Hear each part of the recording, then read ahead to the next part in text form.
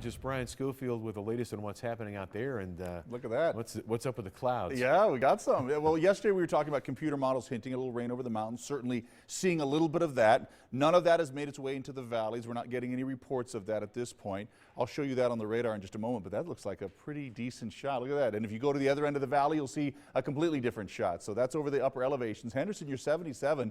Just glorious. Really nice all across the valley today, and if we manage to pull out a little spritzer, that would be nice.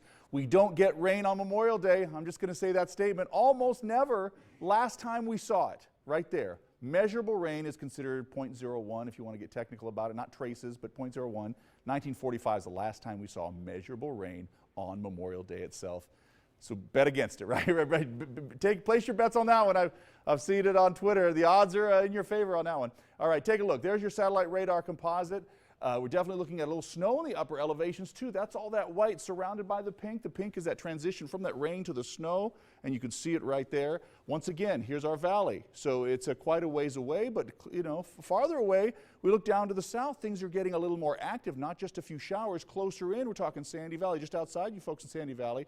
Upper elevation still, it looks like even a little hail with it. So there's a lightning element with this, there's a thunder element with this. So these are some isolated thunderstorms that are popping up around the region. For tonight, notice how most of it stays out of the way, but that's not to say we couldn't pull a little bit into the valley.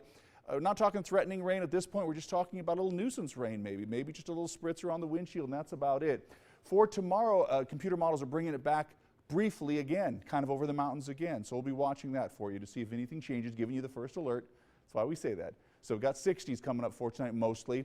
Tomorrow 80s. This is a nice gradual warm up to a weekend that will be warmer. But next week, my friends, will be warmer yet. Wait till you see the numbers. So we can't hold off on above normal temperatures for very long. So we'll see essentially 90s throughout the weekend. If you start the weekend early on Friday, you'll get 90s, 90s again, and 90s through next week, but upper 90s. So we've already hit 99 this year. That'll be the warmest temperature of the season so far, but a couple of those days will be some of the warmest we've seen of the season so far. So this year is really taking its time to warm up. We have a bout with it, and then it goes away, but we're going to see our next bout with a big warm up for the middle of next week, Steve. Yeah, in other words, enjoy this while it lasts. There you go. Yes.